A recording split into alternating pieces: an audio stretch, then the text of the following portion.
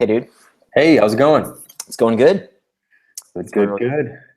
good. Um, New with you. it's today was a neat day. I woke up and I my Medium account was blowing up. Like I had all of these notifications on Medium and my little badge of all the recommends and hearts or whatever. Still not really all. I'm still very new to Medium. I don't still like have a really good grasp of like what's going on there. Yeah. Um, Well, I but it was saw that just Medium tweeted one of your stories. Like yeah, the Medium account did. yeah. And I always wonder, is that a human editor who's choosing that? Or is there some sort of algorithm somewhere? Because I got my Give It 5 Minutes article got tweeted by Medium, and it was like a massive inflow of traffic from that. I think they have 1 million followers or something, or that Mm. account does or something. So if you get hit with that, that's killer. I mean, and that'll like linger for a week or two. Like you'll just have people talking about this thing that was kind of not dead on the vine, but like it had already like you published it and it sort of had come and go, and then like it gets a new thing of life when Medium picks it up. Exactly. I mean, I think it's very much like that post you mentioned, but like mine, so, I had posted, and this was like just another good reminder of how this type of thing works. Like I had written this piece for Signal versus Noise, and it got some decent traffic and interest then, but, it was like just a quick blip, I don't know, 13 comments, had 300 tweets. Like it was okay. I put a lot of work into it. It was one of those things where it's just like, oh, I wish it took off a little bit more. But then like so then we've been talking about like cross posting your stuff, like giving old things new life, and repeating yourself on different channels for different audiences. And so I've been cross posting a lot of stuff on Medium, and again, this was like I had put this on Medium like 10 days ago, and some people liked it. It was okay, but then out of nowhere it's just like going nuts. And now I'm getting the Huffington Post email me, they want to put it up there somewhere. Just another good reminder of like you just have to keep repeating yourself, finding more channels to kind of keep kind of finding new avenues for like the same old stuff that you had kind of given up on. And you can't predict like what's going to hit sometimes. Like like kind of what you were talking about a couple days ago with like moving just even a UI design of like moving documents into folders. You couldn't really predict how much impact that was going to have with this audience. But you just got to do what you think is right, and hope the best on some of this stuff. That's kind of what I mean. Or that's what I've noticed too. I guess is this it will. I'm trying to figure out like how to like what the phenomenon is, but it's kind of like it's new. Things are new. Things are always when something was published has nothing to do with, well, okay, I'm struggling to explain this, but new happens over and over and over again. Maybe is a way to think about this, that like the moment it's published it's new, but it could be new again in 3 months, or in 3 weeks, or in 3 days, because new is a relative term. And that's sort of, I think, the key thing Yeah. is that things can be new many times over. Like the Give It 5 Minutes post, which I'll actually, let me just go to Medium really quick and look at the stats. I published this thing a few weeks ago. I published on our blog a few years ago, and then I put it up on Medium a few weeks ago, and it's been viewed 64,000 times, and recommended, let's see, nearly 4,000 times.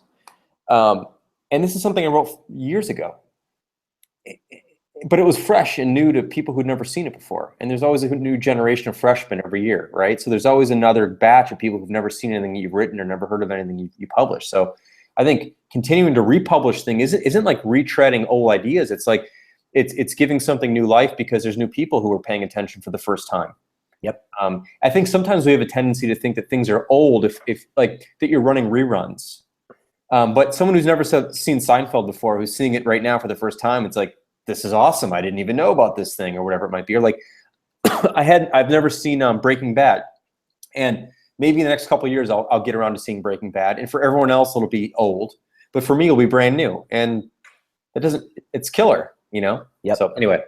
Yeah. And I think people shy away from this stuff when they should be doing what you're saying, like giving themselves more opportunities to like find those moments where like something old can be new again, as opposed to like, trying to like constantly find something brand new to you and brand new to like maybe a small body of people that follow you. Like you got to find, keep finding more places to give yourself more opportunities for that.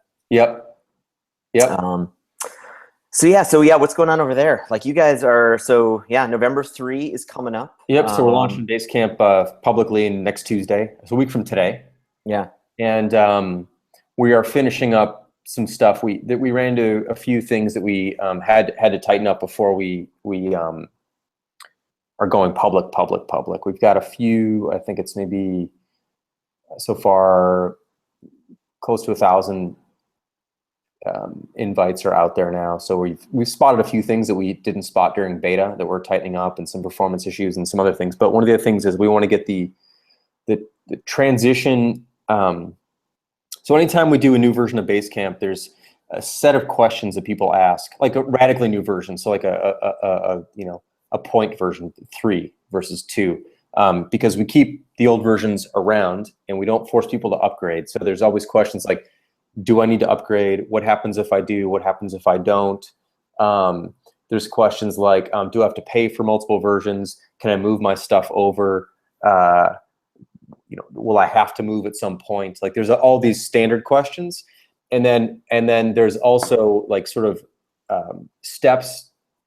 So the answer is like, for example, let's take one of those. And by the way, the reason I'm talking about this now is that I'm putting together the guides and the content and the answers and the FAQs around this thing, and you kind of think about the whole picture about what people are going to ask and then what kind of paths there are. So one path might just be, I've got some general questions like, do I have to, like some people are like, do I have to move? I don't want to move. And then you can just, the answer is no. And then like they're done. Like they don't need anything else. Some people are like, well, I want to move. So then there's another path, which is like, what does it mean to move? And how would you do that? And then if you moved, you may have Basecamp, you may have 2 Basecamps, so you have to pay for both. So there's like that path you have to explain clearly.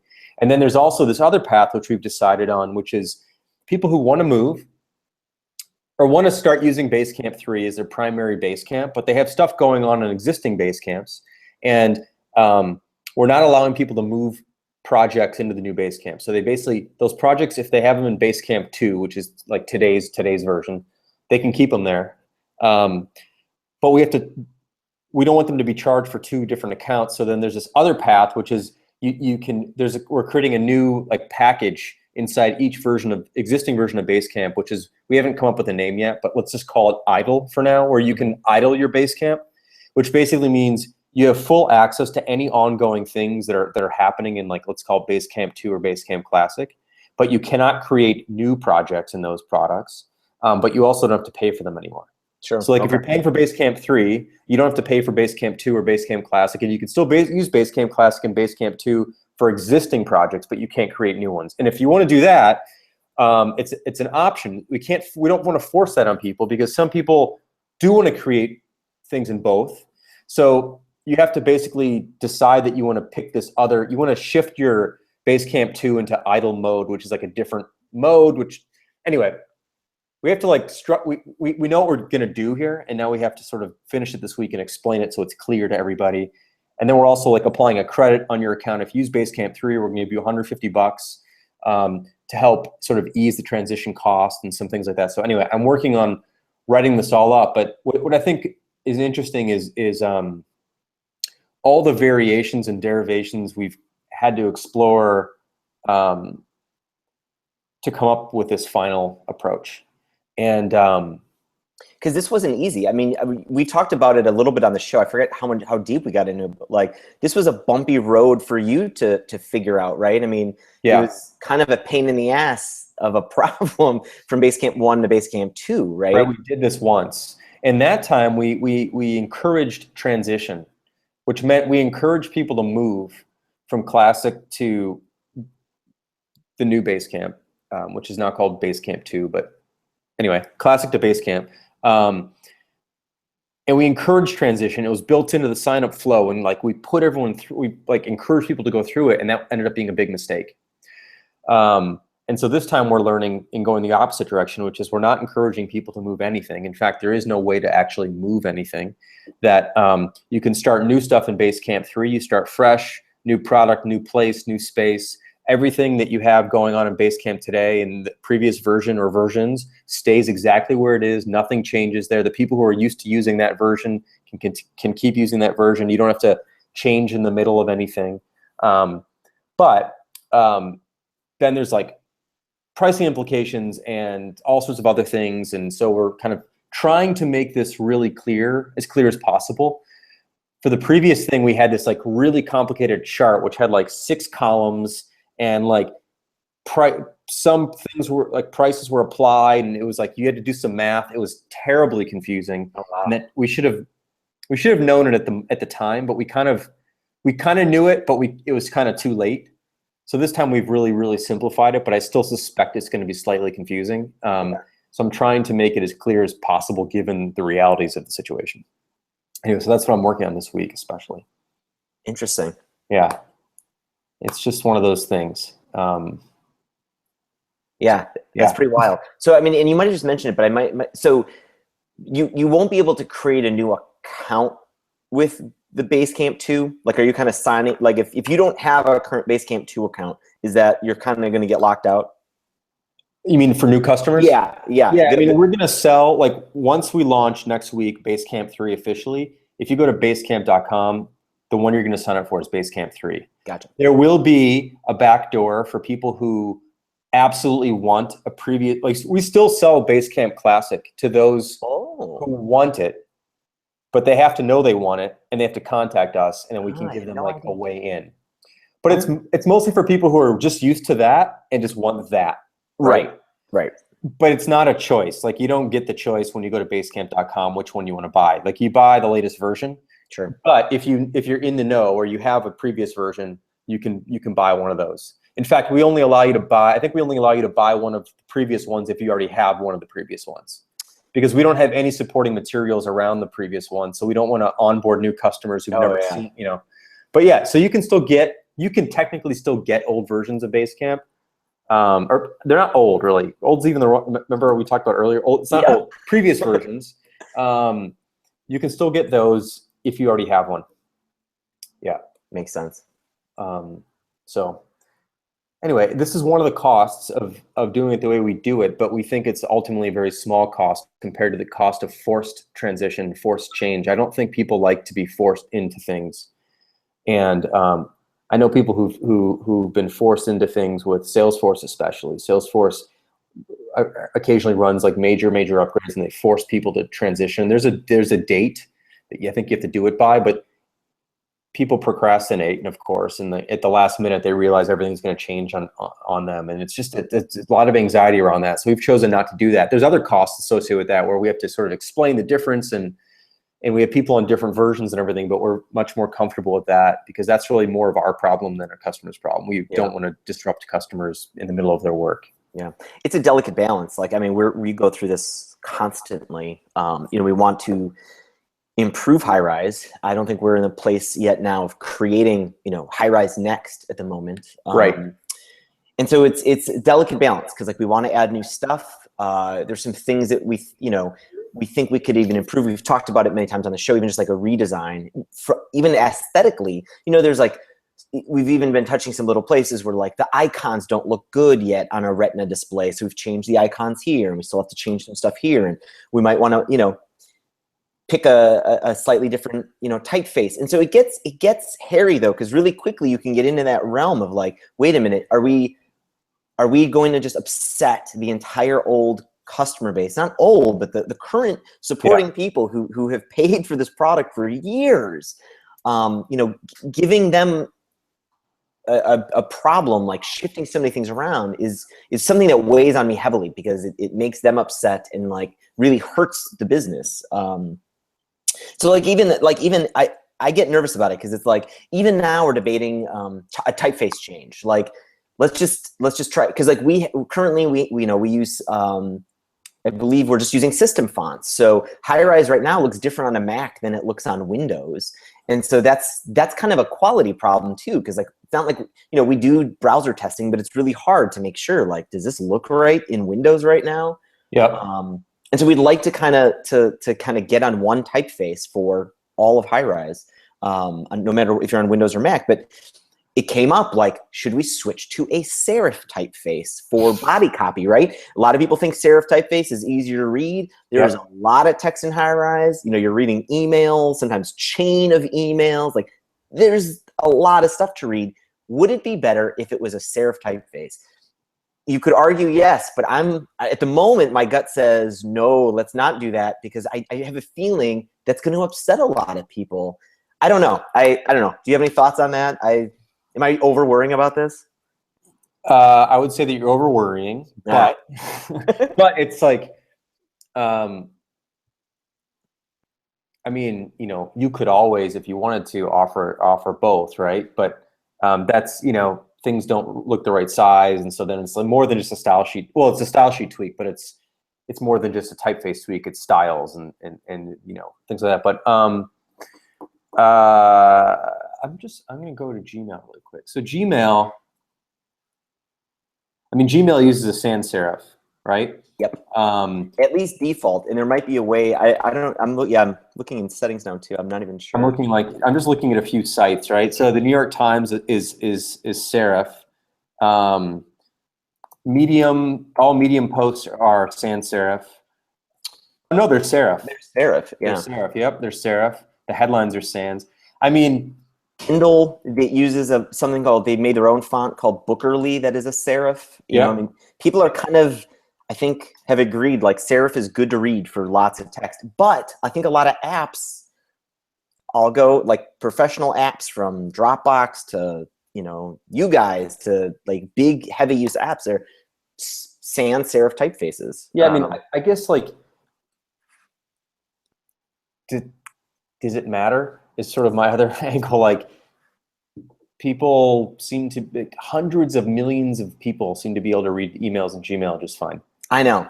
And not only that, but like with Gmail, and a lot of other, even Outlook and stuff, people can send you rich text formatted stuff, and so you can't really control what it's going to look like, and like we all just get by just fine.